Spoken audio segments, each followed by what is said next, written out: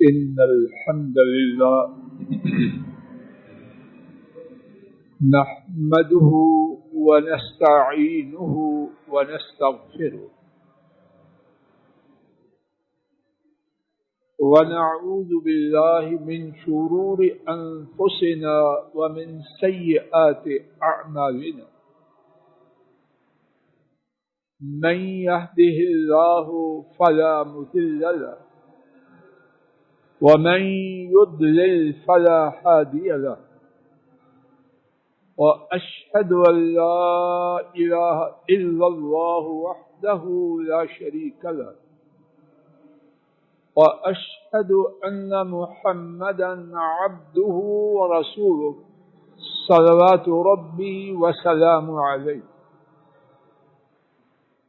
أما بعد فإن خير الحديث كتاب الله وخير الهدي هدي محمد صلى الله عليه وسلم وشر الأمور محدثاتها وكل محدثة بدعة وكل بدعة ضلالة وكل ضلالة في النار.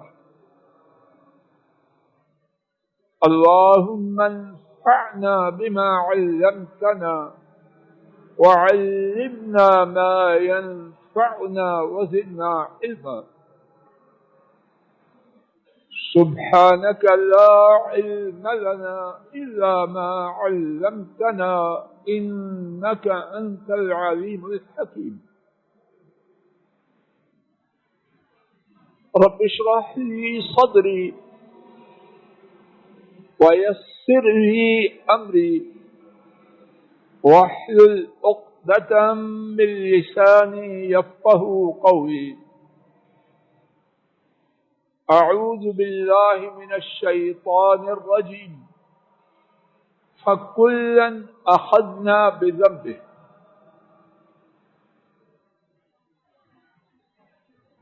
فمنهم من أرسلنا عليه حاسبا ومنهم من أخذته الصيحة ومنهم من خسفنا به الأرض ومنهم من أغرقنا وما كان الله ليظلمهم ولكن كانوا أنفسهم يظلمون.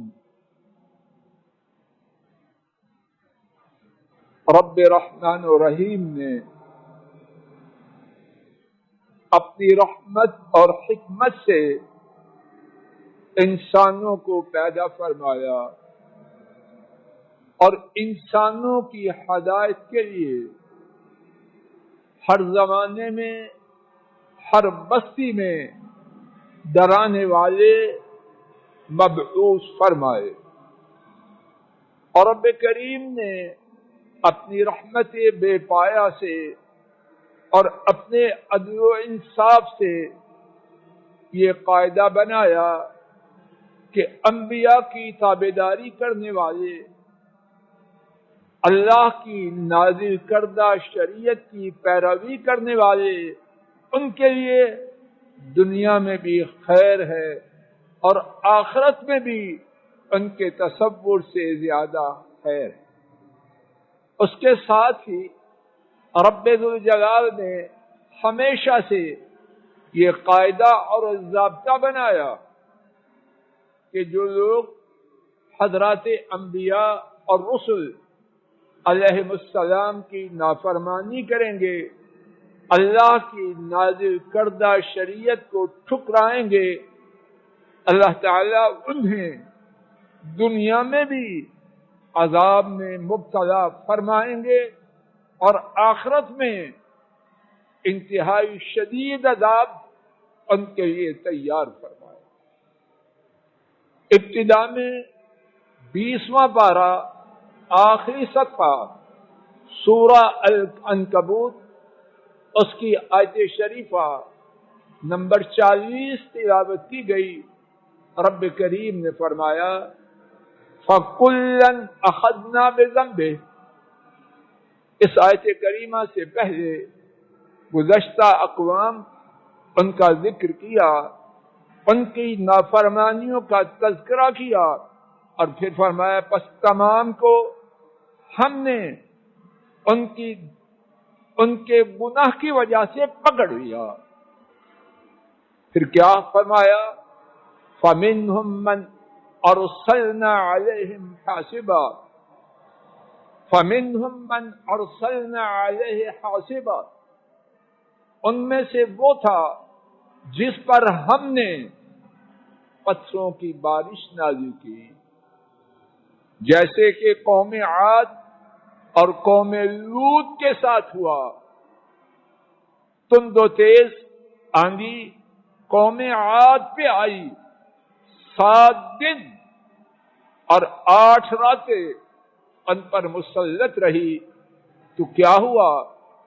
قوم عاد جن ایسا طاقتور اللہ نے انسانوں میں کسی کو نہ بنایا تھا، ان کی کیفیت یہ ہوئی جس طرح کھجور کے درخت کے تنے زمین پر گرے ہوتے ہیں، اس طرح وہ اللہ کے عذاب کی لپیٹ میں آ کر زمین پر ڈھیر ہو گئے. وَمِنْهُمْ مَنْ أَخَذَتْهُ الصَّيْحَةُ. ان میں سے کچھ وہ تھے کہ چیخ آئی اور ان کا نام و نشان مٹ گیا. اور یہ کیفیت قوم سمود، حضرت صالح علیہ السلام کی قوم، اور مدین والے حضرت شعیب علیہ السلام کی قوم، ان کے ساتھ ہوا. وَمِنْهُمْ مَنْ خَسَفْنَا بِهِ الْأَرْضَ. اور ان میں سے وہ تھا کہ اللہ نے زمین میں دھنسا دیا. اور یہ بات جیسے کہ سورہ القصص 20ویں پارے میں اللہ تعالی نے بیان کی، قارون اور اس کے گھر کے ساتھ ہوا. وَمِنْهُمْ مَنْ أَغْرَقْنَا. اور ان میں سے کچھ ایسے تھے کہ ہم نے انہیں غرق کر دیا، جیسے کہ قوم نوح علیہ السلام کے ساتھ اور آل فرعون کے ساتھ ہوا. اور اس کے بعد رب العالمین نے فرمایا وَمَا كَانَ اللَّهُ لِيَظْلِمَهُمْ. اللہ تعالی ہمیشہ سے ان کا دستور، ان کا طریقہ، ان کا قاعدہ یہ ہے. حضرات و خواتین، اللہ کے لیے میں آپ توجہ کریں.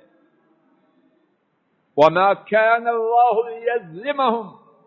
اللہ تعالی کا ہمیشہ سے دستور یہ ہے کہ وہ ان پر ظلم نہیں کرتے. وَلَكِنْ كَانُوا أَنفُسَهُمْ يَظْلِمُونَ. لیکن بات یہ تھی کہ وہ اپنی جانوں پر ظلم کرنے والے. جس پر بھی عذاب آیا اس کی سیاہکاریوں، اس کی برائیوں، اس کی کرتوتوں کی وجہ سے آیا. امت محمدیہ صلی اللہ علیہ وسلم، ان کے ساتھ بھی رب العالمین کا قاعدہ وہی ہے جو قوم نوح کے ساتھ تھا، قوم عاد کے ساتھ تھا، قوم لوط کے ساتھ تھا اور باقی قوموں کے ساتھ. قاعدہ وہی ہے، البتہ ایک خصوصی رعایت امت محمد صلی اللہ علیہ وسلم کو دی گئی کہ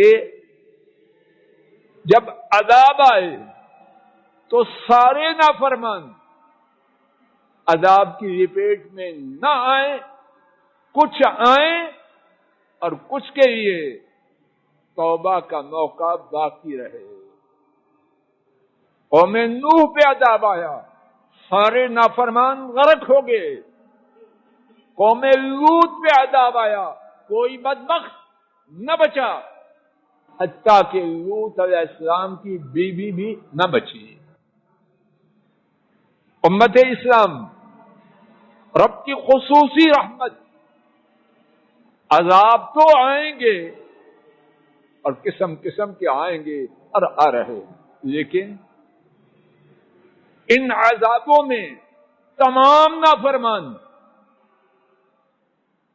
عذاب میں مبتلا نہ کیے جائیں گے کچھ کیے جائیں گے اور باقی کے لیے مہلت دی جائے گی۔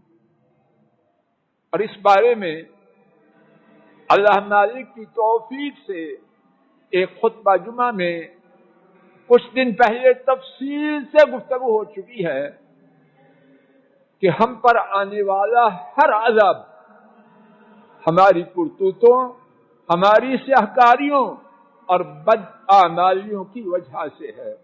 آج کے خطبہ جمعہ میں اپنے لیے سب سے پہلے فضل الہی کے لیے سب سے پہلے اور آپ حضرات و خواتین میں سے ہر ایک کے لیے کوئی مستثنی نہیں اور کوئی نشانہ نہیں، مستثنی کرنے کا مجھے کوئی حق نہیں اور نشانہ بنانا اس کی شریعت میں مجھے اجازت نہیں ہے۔ سب کے لیے بات کیا ہے؟ وہ بات توجہ کریں، رب رحمان کی رحمت ہے، نبی کریم صلی اللہ علیہ وسلم کی شفقت ہے۔ انہوں نے امت اسلام کو وہ گناہ بتلائے ہیں جن کی سزا آخرت سے پہلے دنیا میں بھی ہے۔ اللہ اکبر۔ رجسٹر صاحب، پرچہ آؤٹ ہو گیا، پرچہ آؤٹ ہے۔ طالب علم اس کی کیا ذمہ داری ہے؟ پرچہ 100% چھپا ہوا ہو، وہ کس چیز کا پابند ہے؟ تیاری کرے کہ نہ کرے؟ اور اگر پرچہ اول تاخر بتلا دیا جائے تو پھر جو ناکام ہو وہ کون ہے؟ انسان ہے یا کچھ اور؟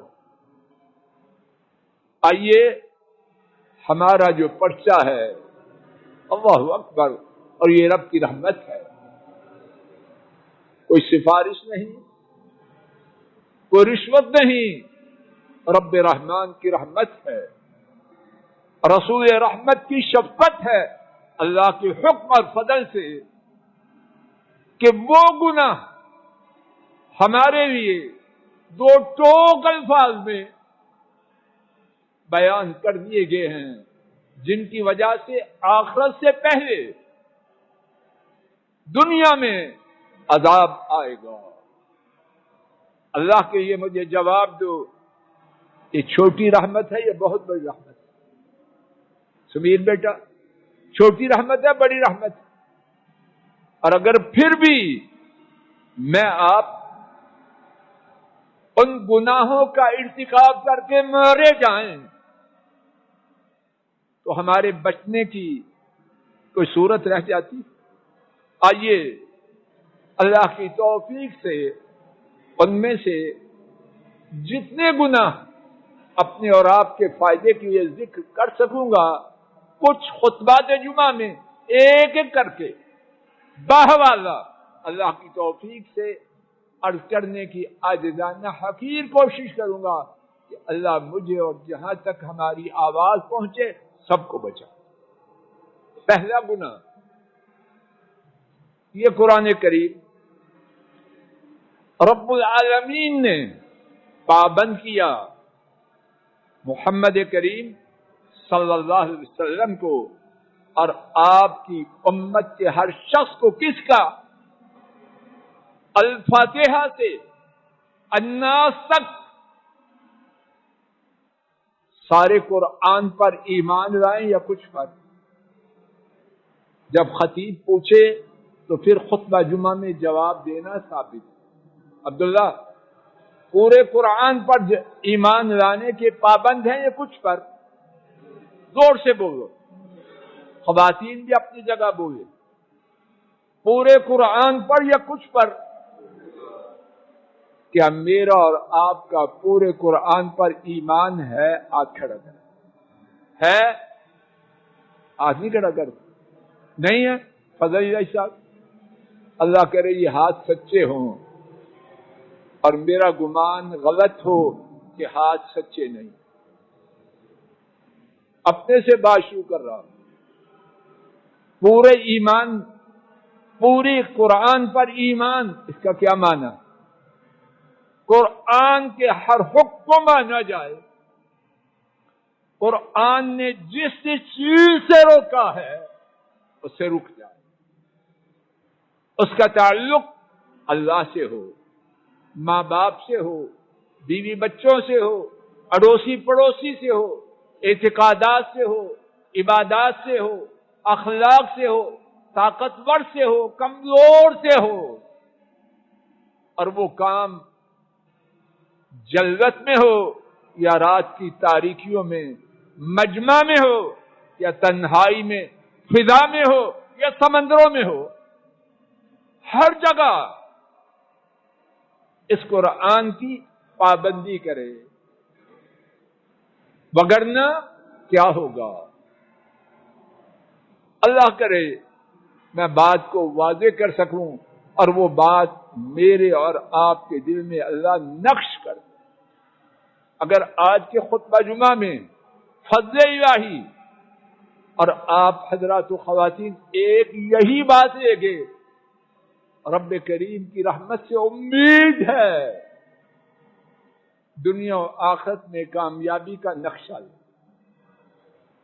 سورہ البقرہ پہلا پارہ آیت شریفہ نمبر 85 اور 86 نوٹ فرما لیجئے اور گھروں میں جا کے ضرور پڑھیے، سماعت فرمائیے۔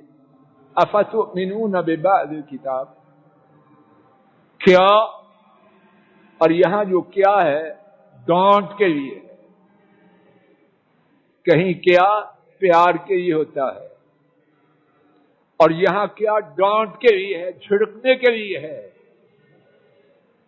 کیا تؤمنون ببعض الکتاب، تم بعض کتاب پر ایمان لاتے ہو، وتکفرون ببعض، اور بعض کتاب کا کفر کرتے ہو۔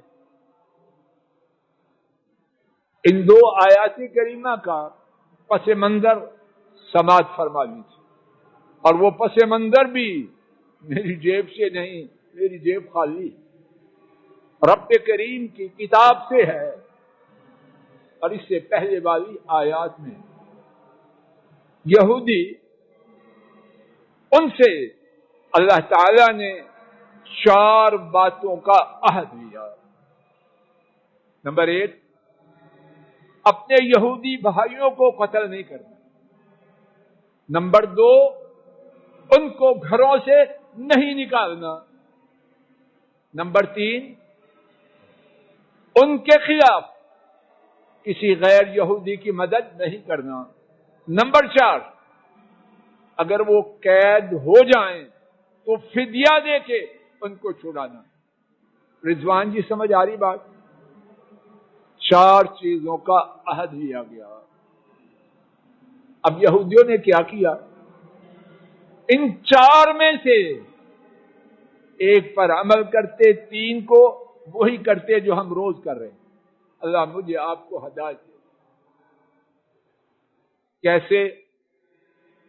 مدینہ طیبہ میں انصار کے، مدینہ کے رہنے والوں کے 2 گروہ تھے، ایک اوس، ایک خزرج۔ یہودیوں کے 3 گروہ تھے، بنو قینقاع، بنو نذیر، بنو قریظہ۔ اب یہودیوں کی شریعت کو توڑنا، اس کا آغاز یوں ہوا کہ یہ تینوں گروہ آپس میں یکجا ہونے کے 2 گروہ، بنو قینقاع اور بنو نذیر، خزرج کے ساتھ مل گئے۔ کس کے ساتھ مل گئے؟ بنو قریظہ اوس کے ساتھ مل گئے۔ اب اوسی اور خزرجی، ان میں تاریخی لڑائیاں ہوتی، 2 قبیلے مدینہ کے ایک گروہ خزرجیوں کے ساتھ اور ایک یہودی قبیلہ قریظہ اوس کے ساتھ۔ اب جب لڑائی ہوتی تو یہودی اپنے حلیف قبیلے، اپنے ساتھی مدنی قبیلے کی جب مدد کرتا تو سامنے جو آتا اس کا سر قلم کرتا۔ یہودی اپنے ہاتھوں سے یہودیوں کو مار، ان کے خلاف مدینہ والوں کی مدد کرتے، گھروں سے نکالنے کا موقع آتا تو بخل نہ کرتے۔ اب کیا ہوا؟ تینوں کیے ہوئے عہد توڑ دیے، اب چوتھے کی باری آئی۔ اگر کوئی یہودی مخالف قبیلے کا گرفتار ہو کے آتا، اس کا فدیہ دے کے چھڑاتے کہ ہمارے دین میں ہے کہ یہودیوں کو چھڑانا ہے۔ بات سمجھ میں آ رہی ہے؟ بولو۔ اب کیا ہوا؟ عرش والے رب کا غضب آیا۔ افتؤمنون ببعض الکتاب وتکفرون ببعض، کیا تم کتاب کے کچھ حصہ پر ایمان لاتے ہو اور بات کا آغاز ہی ڈانٹ سے۔ اب اس کے بعد کیا فرمایا؟ فما جزاء من يفعل ذلك منکم، پس نہیں ہے بدلہ تم میں سے جو یہ کرے مگر بڑی رسوائی فی الحیات الدنیا، دنیا میں، ویوم القیامہ یردون الی اشد العذاب، اور روز قیامت سخت ترین عذاب کی طرف لوٹائے جائے۔ سماعت فرمائیے، اللہ نے بات کا آغاز کس سے کیا؟ ڈانٹ سے، اور اس کے بعد بیان کیا کہ ان کے لیے دنیا میں بڑی رسوائی ہے۔ اب توجہ فرمائیے کہ اللہ کا غضب کتنا زیادہ ہے۔ یہ نہیں کہا کہ ان کے لیے دنیا میں رسوائی ہے، بلکہ یوں فرمایا نہیں ہے ان کا بدلہ مگر، ایک یہ ہے کہ کہا جائے تیری سزا 10 چھڑیاں ہے، اور ایک یہ کہا نہیں ہے تیری سزا مگر 10 چھڑیاں۔ برسٹر صاحب، دونوں فیصلوں میں کچھ فرق ہے کہ نہیں؟ کون سا سخت ہے؟ ایک یہ کہوں کہ نسیم صاحب آئے، اور ایک یہ کہوں کوئی نہیں آیا مگر نسیم صاحب، دونوں میں سے کون سا جملہ زیادہ سخت جملہ استعمال کیا؟ نمبر 3، دنیا میں جو رسوائی ہے وہ کیسی ہے؟ خزیٌ، قاضی ابو سعود لکھتے ہیں یہاں جو 2 پیشے ہیں، خزیٌ، سن رہے ہیں؟ اس کو عربی میں کہتے ہیں تنوین، اور اس کا معنی ہے بڑی رسوائی، معمولی رسوائی نہیں۔ اور جس رسوائی کو سب سے بڑے رب وہ بڑی کہیں، وہ کتنی بڑی ہو۔ اور سماعت فرمائیے کیا ہوا؟ بنو نذیر اور بنو قینقاع پورے کے پورے اپنے باغات سے، اپنے محلات سے، اپنی رہائش گاہوں سے جلا وطن کیے گئے، نام و نشان مدینہ سے دور کر۔ اور بنو قریظہ، ان کے یہ رسوائی کیا ہوئی؟ اللہ کے لیے میں آپ توجہ کریں، یہ کہانی نہیں جو سنی اور بس، یہ بات میرے اور آپ کے لیے۔ بنو قریظہ کے ساتھ کیا ہوا؟ پورے کے پورے بالغ مرد ان کی گردنیں ان کے سروں سے جدا کی گئی، ان کی عورتیں اور بچے کیا ہوا؟ وہ مسلمانوں کی باندیاں اور غلام بنے۔ الا خزي في الحیات الدنیا، مگر دنیا میں بڑی رسوائی ہے۔ اللہ کے لیے غور کریں. سب سے پہلے میں اور پھر آپ. ہمارا ایمان پوری کتاب پر ہے یا کچھ کتاب پر؟ ہر ایک سے سوال. نماز پڑھ رہا ہے اور بیوی بچوں پر ظلم کر رہا ہے. نماز پڑھ رہا ہے, بیوی بچوں کے ساتھ اچھا ہے, بہو کے ساتھ معاملہ کیسا کر رہا ہے؟ نوکرانی ہے, خادمہ ہے, لونڈی ہے. اپنی بیٹیوں کے لیے کیا پسند کرتا ہے اور بہوؤں کے ساتھ معاملہ کیا ہے؟ برابر ہے؟ بڑے بڑے دین کے دعوے والے, تقریریں کرنے والے, تبلیغ کرنے والے اس پرچے میں فیل ہے. اللہ مجھے آپ کو ہدایت. طاقتور کے ساتھ بڑا اچھا معاملہ کرنے والا, جب کمزور دانت کے نیچے آ گیا پیس دینا ہے. بڑے بڑے صوفی درویش ایسے ہے کہ نہیں؟ سراپا اخلاق ہے. نماز کا چور کیا اخلاق ہے اس کا؟ خاک اخلاق ہے. نماز چھوڑنے والا اس کا اخلاق کاہے کا ہے؟ دین پورا ہے, مرضی کا دین اللہ کو پسند نہیں. عبادت اتنی کرے کہ پیشانی پہ محراب ہے, پیشانی چومنے کو دل چاہے. اب اس کے گھر میں خوشی یا ماتم ہو, کسی ہندو کے گھر اور اس کے گھر میں کوئی فرق نہیں. بی بی درس دے رہی ہے اور ساتھ عمر نوجوان بیٹی کسی مسلمان کی بیٹی کا نقشہ پیش کر دیا, یا یہودی یا سکھ یا عیسائی. اللہ کے لیے میں آپ غور کریں, اپنی جانوں پر ترس کریں, وگرنہ اللہ کا قانون سب کے لیے ایک ہے. انشاءاللہ الرحمن اسی مقام سے آئندہ گفتگو کا آغاز کیا جائے گا. اللہ مجھے آپ کو ہدایت دے دے. یہودیوں والا طریقہ چھوڑیں اور رب والے طریقے پہ آ جائیں.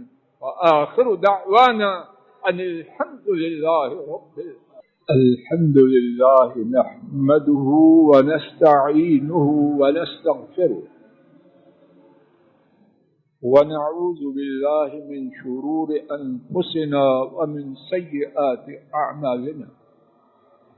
من يهده الله فلا مضل له ومن يضلل فلا هادي له.